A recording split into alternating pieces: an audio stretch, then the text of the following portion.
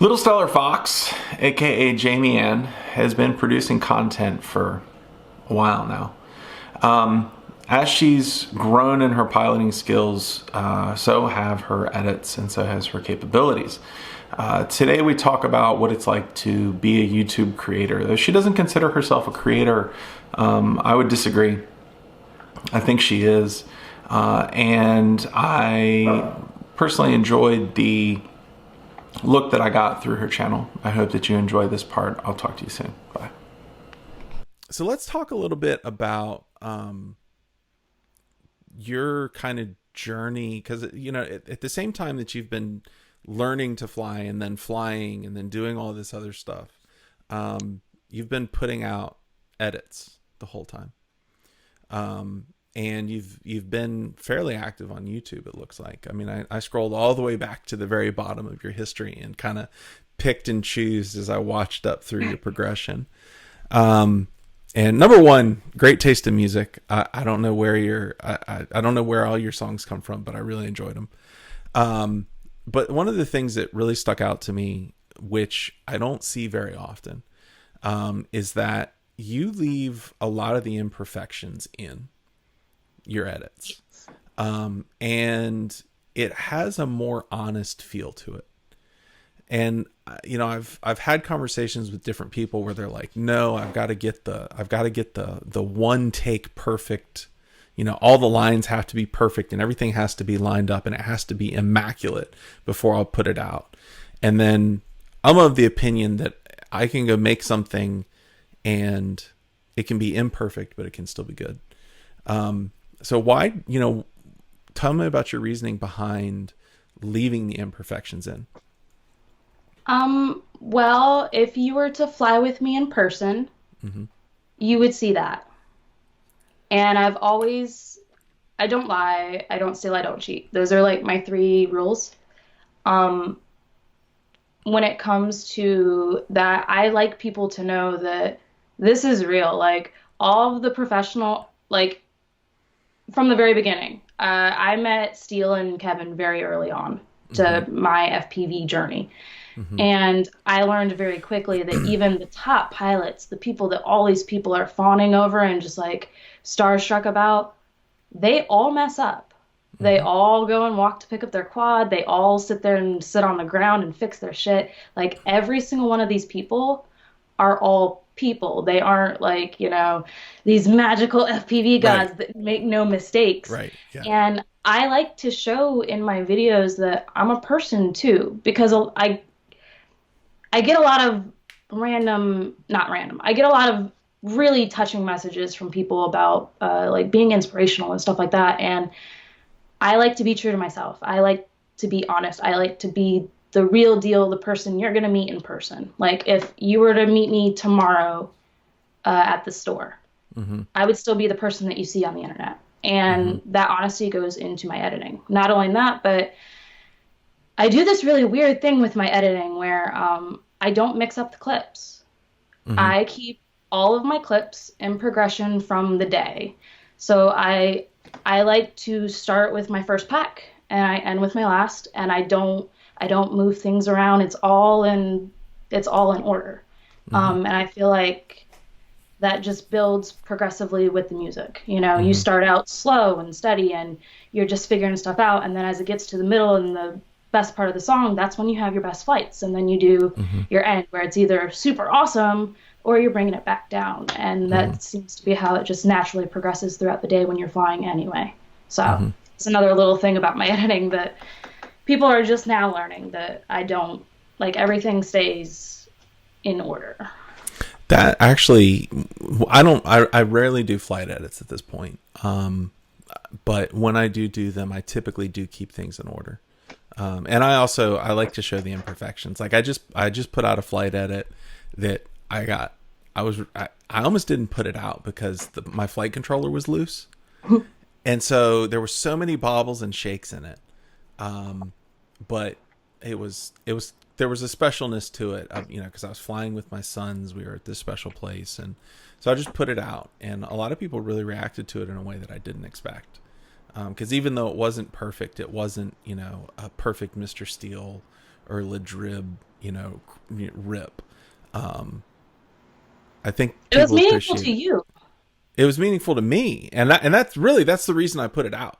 I didn't expect. I got a lot of responses from like a lot of folks being like, "Man, that was awesome! Like, I really like the way you flew." And I had a message about the song I used was talking about a father talking to a son, and it just touched me. I've been thinking about my dad getting old recently, and um, so it was just a touching song to me, and I put it together for me. I didn't put it together for anybody else. Um, but I was surprised that the response was so good. There was of course the one guy that called me a noob. Um, but there's always one. Um, There's always at least one who's gonna sit there and tell you that your tune sucks, or right. your Yes. flying's Yes. awful, you're a noob, or Yes. you shouldn't even edit. And it's just like, I didn't Yeah. do this for you. Right. I did it for me. Yeah. Like, I edit videos because I enjoy editing videos. Hmm. If I had to put it in order, it would be flying, editing, and then way down here would be building and like Yes. actually working on my quad. Because I Yes. can do it and I do it, but that's Yeah. like definitely it's one of those things that I'll sit there and I'll just kind of look at my quad when it's broken. I'll be like, not today. I don't want to Hmm. do this today. Yeah. But if it's not broken, I'll be like, yes, fly every day. Hmm. So So I also saw that you started vlogging a little bit, and I want to get your take on it. Like, do you like it? Do you like vlogging, or is it feel weird? So I think I'm like just on that line of when I was born, where it's still weird for me to like walk around talking to a camera, Hmm. whereas like people that are slightly younger than me, it's not weird for them, you Right. know. Yeah. Yeah. It's still like for me, it's still a weird thing that even when I'm with my friends or like doing something fun, it's just like I'm not that person that's like, hold on, everybody, let's take a picture together. I have to like actually remember to do those Hmm. things. So I think that it's difficult for that aspect because I'm one Hmm. of those people that I'm living in the moment. And I Hmm. forget that I need to be like talking to a camera. Hmm. But the big thing is that I hate editing thing. Like I hate editing video of myself talking. Like I Mm. hate if it's me speaking, I'm just like, oh God, that girl's talking at the camera again, gross. But if it's anybody else, I'm just like, oh, look at my friends, they're so happy and they love what Right. they're doing. But if it's me, I'm just like, oh, my voice and my face and my mouth, like, Yeah. ew, we're not gonna use this. Hmm. So it's not that it's necessarily hard. Um, I don't care about people looking at me. I don't care, I wear goggles on my head and Right. stuff. I hula hoop. Yeah. So I don't worry about like the general populace's reaction. It's mostly just that I have to physically remember, like I have to sit there and tell myself, hey, pull that camera out and remember to talk to it for a couple of minutes because you want to do Hmm. some vloggy stuff so that everybody else can see what you're doing, not just the flight videos. Hmm. Because I like flight videos, but the general normal human being, they want to like get to know the pilot and stuff too. Yeah. So Well, and I have found that, and a lot of folks have talked about this, that people just don't watch flight videos like they used to. It's not a dying art. I think it's more of a dormant art. I think it'll progress into something different.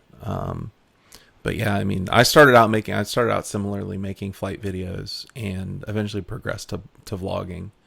And then I got into this. But do you like? I guess a question I have for you is, I find vlogging to be very taxing. Just in the sense that, here you are, you're going through a whole day and you're trying to tell a coherent story. Do you find telling that story to be hard, or is it something that just comes naturally, or is it something you're working on? it's definitely something I'm working on Hmm. because I'll go out for a day and I'll have a set plan. I'll be like, I'm gonna vlog today. Like I'm gonna vlog what's happening. It's gonna be great. And I'll get through like the first half of the day Hmm. and I'll remember to like do the little videos and like Right. catch what's happening and stuff like that. And then Right. I'll get into doing whatever I'm doing and living and it'll just be like the second half of the day doesn't have any vlogging, like my last video. you'll see that in the beginning of the day, I had all these great intentions that I was going to Mm-hmm. vlog and I was, going to take you guys along for our quadventure that day because it was going to be great. And then it was like, after we left the first spot, we went to a couple of other spots that didn't pan out. And that was the point where it was just kind of like, all right, I guess I'm not vlogging anymore. And now I'm just going to fly. Mm-hmm. Um, so I think that that's definitely the hardest part is keeping up with the story, keeping up with, you know, having a definite endpoint as opposed to sitting there and like starting out at one point and getting and going and having this much content, but then having no end. Yeah. So as you can see in the vlogs that I have done, there's a lot of that I don't have conclusions because I'll get wrapped up in what I'm doing, or we'll go and we'll eat, or whatever we're doing. I forget to pull the camera back out, and then it's just kind Mm-hmm. of like, this was great day. This is gonna be a great day, guys, and that's it. That's all you get. It's just the Mm-hmm. beginning. Like, have a lot of fun with us today, but you're gonna see like the first 4 hours, like little tidbits of it, Yeah. and that's it. Um, yeah. I realized I took a trip about a year ago. And I was like, man, I'm gonna vlog the whole time. I took Tiny Whoops with me. I went out to Oakland. I had made the trip before, and I was like, I'm gonna vlog this whole thing. And I got halfway through it, and I was like, this sucks. Like, I'm so tired of trying to remember to take out the camera at important points and like talking to it. And I realized at that point, I was like, okay, I'm done vlogging, at least for now. Um, No, you know what I've learned from like the pros? mm-hmm. You just have to have the camera on all the All time. the time. Yep. You literally just have to have like stacks of memory cards and batteries devoted just to running your camera basically the whole time. Mm-hmm. Because otherwise, one, if you do it like how you and I do it, Yeah. you're never going to get the best moments Mm-hmm. because you're going to be in it while they're happening. Mm-hmm. Because you don't already Yeah. have the camera out. Right. So, based on the professionals, I've learned that that's the way to do it if you're serious about wanting to get the vloggy stuff. You just have a camera rolling like the whole time. Yeah. But then Which. I feel like, honestly, I feel like that takes away a little bit of the authentic, like, joy of what you're doing. Because Mm-hmm. now, even if you're super natural and super comfortable on camera, even the best vloggers, you're still now playing to this camera instead of being your natural self. Like, Mm-hmm. It's uh, also I don't know, there's like a just wear a GoPro around on a hat all day. I right, think just exactly. forget it's there. So it's funny. I did this retreat for my two oldest sons, and they love having me along as a camera guy. And so I went, a bunch of like 150 middle schoolers. We went to the mountains of Virginia, and we ran around this camp for 3 days. And I was behind the camera the whole time, and I loved it. It was awesome. But like it was mentally taxing to continually be creative the entire time, to not just get the same shot over and over again, right? But like to think about, how do I get this shot? How do I do this shot? How can I make this unique? Do you experience like the same kind of exhaustion when you're vlogging, or is it just are you just forgetful about it?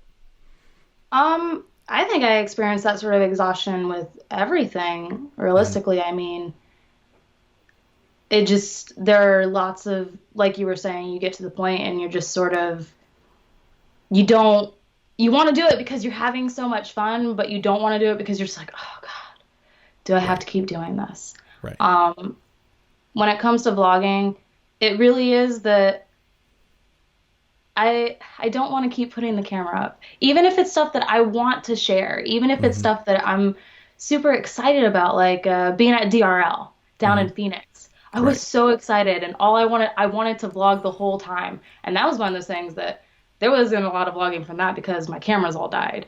And it was one of those Oh things like yeah. I was using my phone for the little bit of vlogging that I had. Mm-hmm. Well, Corey killed one of my cameras. Let's correct that Oh statement. no! What did he do? Well, when DRL sent us out with the Racer 4s, they sent us out with 2 racers, but Uh-huh. 0 GoPros. Oh And guess who's the no. only person in the group that flies sessions? Yep. It's me. Yep. So guess whose sessions went into the Racer 4s that we freestyled out in the desert Oh. that Oh Corey man. smashed into a wall about 30 seconds in? Oh yeah. It was my GoPro. That's who. Yeah. That's awful. No, Drew replaced it. Drew's really Yeah. good about that stuff. Yeah. Anytime anything gets broken, he replaces it. So That's awesome. That's awesome. he's a good guy. Um, But so but yeah, it's just the vlogging in general. Like if there are people that really enjoy doing it, and I can tell there are people out there that really like live to talk to the camera. mhm, That's great. I think it would be like how you were talking about how you were like following them around and getting footage. Having mhm. a cameraman is awesome because you get Yeah. all that cool footage, Yeah. but you're not the one who has to like stop what you're doing to do it. Yeah. So, The only thing when so this is the third year I've done that event, and I always try to weave FPV into it some way. And so this year I actually started chasing kids down the zip line with my drone. I had to get my camera tilt to like almost 0.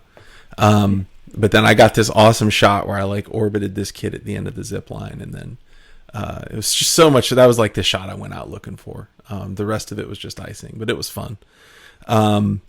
So let me ask you a question. Do there's talk in other circles of being a creator, right? Do you see yourself as a creator? um, I definitely create things, Mm-hmm. but I don't know if I deserve the title of creator. Mm-hmm. I make silly videos of flying. Mm-hmm. I hula hoop, and I'm really crafty. But besides that, like, no, I think creator is one of those things. Like, the people that are creators are the people that are like genuinely like influencing the populace. Mm-hmm. And I don't think I'm quite influencing the populace. Mm-hmm. Um, but I am creating things. I'm just Mm-hmm. not. I wouldn't consider myself, it's just like even though I'm part of Rotor Riot and all that kind of stuff, I don't know if I'd really consider myself, a professional because Mm-hmm. I'm not at the level they are, Right. I'm not those guys. I'm well aware of that. Like Yeah. I sit there and I watch those guys and I'm just like, what am I doing here? Like this is amazing. But I got to spend a little bit of time in Orlando with Drew and Chad, and Drew was so freaking amazing with the camera. It was almost like, I mean, he was just doing things and pulling shots and showing me stuff, and I was just like, damn, I thought I was okay, but I suck. no, I learned that Drew was the best at everything the very first time I met him. I went to go and take a selfie with him, and he goes, wait, wait, wait, wait, wait. And he like taps on my phone to adjust Right. the exposure. Yeah. And he goes, it was way too exposed. And at that point, I was just like, Oh okay, no. Yeah. you know what you're talking about. Yeah. You're Yeah. gonna fix our selfie right now, so it's not too Right. bright. Thanks, Right. man. Yeah. No, it was a great experience. But yeah, getting to see Drew film, I was like, okay, not only can the guy fly really well, but like he's a good cameraman and he's good at editing, he's good at vlogging. Some people have all the skills. Um, so, what about your own content? Like, do you have a set schedule that you put things out? Do you just put it out as you feel like it? Um, well, I used to try to do 2 or 3 videos a week. Mm-hmm. At one point, I was doing live streams weekly and stuff like that Mm-hmm. too. But my life just got a little bit hectic and too variable for me to be able to keep up that schedule. It's one of the same Mm-hmm. reasons why I stopped racing was because I just couldn't make it to races. Like Yeah. I couldn't keep a set schedule. Mm-hmm. So I used to be pretty adamant to get them out like Mondays, Wednesdays, and Fridays. Like those were Mm-hmm. my days. And at this point, I try really hard to get an edit out on Monday or Tuesday for my the folks on my Patreon because they get Mm-hmm. early access.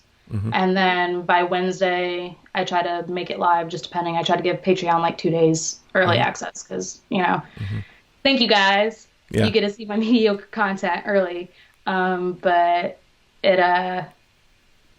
and then I try to do one like on Friday, and I'll try to either have that out for my Patreons on Friday and then Mm-hmm.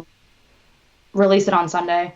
But I really, there's a lot of days you try not to post things. Anybody who Yeah. has been doing posting for any amount of time, you realize when are appropriate times to post up videos to actually like get traction. Mm-hmm. So, if I finish an edit, even if it's something I'm super excited about and it's past like 9 o'clock Eastern, Right. I'm like, Yeah. all right, well, this has to wait until Yeah. like tomorrow at 4 o'clock. Right. So Yeah. it's one of those things that I do pay attention to that stuff, even Mm-hmm. though like I don't care a whole lot about like numbers and views and stuff like that. Mm-hmm. I do pay attention to when I put my stuff up because posting things at 3 in the morning, it's kind of like, oh, nobody's gonna get to see this. Like Mm-hmm. it's Mm-hmm. 3 in the morning. Do you find that putting things out early for your patrons, do you think that affects the views you get, or like how the algorithm on YouTube pushes things? As of right now, I haven't really noticed that big of a difference with my videos, particularly. Uh, I leave it unlisted Mm-hmm. when I put it for my Patreons and they have the link. And Mm-hmm. then when you relist it, like when you put it as public, Yeah. it resets when it was posted. Okay. Um, so it's one of those things that it's like my Patreons, I don't have a whole lot of people on there Mm-hmm. at the moment. I've only had my Patreon up for like a month and I haven't Mm-hmm. advertised at all. It's not one of Mm-hmm. those things that I'm like, hey, go jump on my Patreon. Right. I'm really bad about that. I'm really terrible Mm-hmm. about, but there were a lot of people that, especially I've had quite a few life things happen lately where there are people that they're like, hey, I want to help, but you don't have a way for me to do that. And I'm just like, I have PayPal. Yeah. But this is a way that they can get little treats and stuff back. And I have, like I send mailers out and stuff like that. So, Mm-hmm. but I haven't really noticed any sort of like issues with it Okay. affecting my YouTube or even my Facebook. Like I'll put a little thing out on Instagram and Facebook when I release it for Patreon, and then I'll put another little thing on both of them when Mm-hmm. I get public, and it Mm-hmm. seems to be just fine for right now. Yeah. I started a Patreon back in like March, but I didn't tell anybody about it for forever. I actually, they changed their terms of service and I jumped in right before they changed the terms of service. Cause I was like, well, if I eventually do this, I might as well do this right. And then I realized that I was like, well, I should just push it. And, and, it was really shocking to me. Like when I got my first patron, I was like, cause I had like $1 tier. I had it listed as $1. It was live. I was like, nobody's gonna ever find this. And then all of a sudden one day, like somebody was like, hey, I'll give you $1 every month just for what you do. I was like, there were no perks, nothing. And it was just like, people really, like to just give me money for this? I'm Right? like Like what? it's a I mean, it's something I really enjoy. Why? Oh, okay.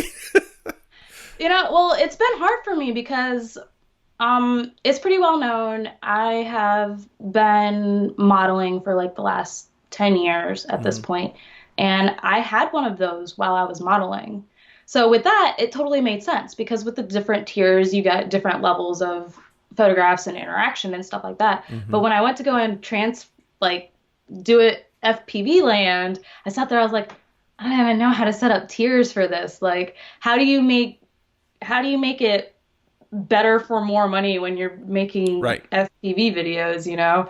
So it was one of those things that like when I started up, I had one and then I deleted it because I was just like, oh, I'm not going to use this. And then Mm-hmm. I opened it back up and I was like, no, I still feel weird about asking FPV people for like to throw in if they want to. And then a couple of people, I can't remember who it was, but they told Mm-hmm. me about a month ago, they were like, Jamie, oh, of course, it was Josh Bardwell. Yeah, He's I like, was gonna say, well, yep, yeah. yeah. So of course it was Josh Bardwell. He sits there and he goes, so why don't you have a Patreon? And I'm like, Mm-hmm. oh, because I feel weird about it. He goes, well, you can set it up, and then if people want to do it, there's no obligation. Like, Right. so I set it up, and I mentioned it a couple times here or there, and at this point, I have a few, and I'm just like, it's one of those things. I'm like, a couple of dollars because you want to the only perk you get is getting early access to my videos. Right. Like, Yeah. It's humbling. Wow. I'm that special that you want Yeah. to see my videos early? Yeah. So, I do for this. I do. Everybody had been asking me for forever. Can you do this in a podcast? Can you do this in a podcast? Can you do this in a podcast? And I was like, man, I don't want to juggle two different platforms at the same time. I'm still getting my feet under with this, and so, I finally put it out. I was like, okay, I'm gonna do a $1 tier and I'm gonna do a $3 tier, and the $3 tier gets a podcast. And I interviewed Joshua Bardwell, and afterwards he goes, you need to put a $5 tier and a $10 tier and a $20 tier. He goes, I guarantee people will sign up for him. And I was like, there's no way, man. Like, if you can go sign up for the $3 tier and get the podcast. He's like, no, people aren't signing up because of the podcast. They're signing up because they like you. And I was like, interesting logic. Let's see if it works out. And I put a $5 tier on, and then I put a $10 tier on, and then I was just like, God, who is ever gonna sign up for a $20 tier, knowing that you can get everything for the $3 tier that you would get for the $20 tier? And somebody just signed up for one, and I was like, some dude. He goes by I'll Be Soaring. I don't even know if that's his real name. oh, I know who that is though. Like, You do? he's on my Instagram. He's a Okay. cool cat. He comments on like every single one of my YouTube videos. I Yeah, think it I is. mean he's great, and one of the things I like about him is that he doesn't just play patty cake with me. Like, he'll be critical too, which I appreciate. But like, he signed up for the $20 tier, and I was just like, damn, thanks, man. Like, do you want to talk on the phone or something? Like, Um, it was just shocking. But yeah, people signed up for the $5 and the $10 tiers too, and it was humbling, really. it's one of my friends, one of the guys. He's actually been with me since I first started. He definitely one of my favorite FPV people. His name's Hmm. Ryan Bunow. He Hmm. um he actually told me, he goes, there's people out there that $5 or $10 that they're kicking into you every month. That's they spend $5 on a cup of coffee every morning. Right, that's It's true. for me, it's one of those things that I'm just like, oh wow, like Hmm. you appreciate what I'm doing that much that you want to spend any of your hard-earned money Right. to help put food in my mouth. Like, thank Yeah. you. Let alone, I don't Yeah. know. It's a good feeling. It makes you It is feel like, it is, and I've started doing, not that this should be like an infomercial for both of our Patreons, but I've started doing like monthly updates and kind of like keep giving them insight into the stats of the channel and how it's growing and stuff like that. And the feedback I get from a lot of them, or like, if like there's been, I mean, if anybody's watched my videos recently, there's been a few that have been a little rough, and just reaching out to my patrons and saying, guys, this kind of sucked. Like, this was not a fun time. And people are, the response I get back from them is, hey, just keep your head up and keep going. And so it's actually an interesting source of like encouragement and a place to draw, like, I don't know, almost safety from, if you will. Like, if they're willing pure to put, positivity. yeah, Those if they're people are not going to be the ones sitting there like being mean to you and right, saying terrible things to you. They're going to be the ones that are like patting you on the back and saying, "Hey man, like what right, you're doing is important. Like this matters to people. Keep right. doing it." A nasty comment is cheap, but actually contributing money to somebody is not. Exactly. So, Plus, so those let's nasty actually, comments. None of those people say that stuff to your face ever. They'll no, never oh say it my to your God. face. Being a creator on YouTube is not easy. It's hard to put yourself out there on a continual basis and to open yourself up to critique and to criticism. I'd like to thank Jamie for coming on and being open and honest about this part of her journey in FPV. In the next episode, we talk about her origin story, how she got into FPV. It actually starts with hiking, of all things. So stay tuned for that. I'd like to thank my creators. You guys are awesome. If you're interested in becoming a creator, check out the link in the description below. As well, you can find Jamie's YouTube channel and her link to her Patreon in the description below. I'll talk to y'all soon. Bye.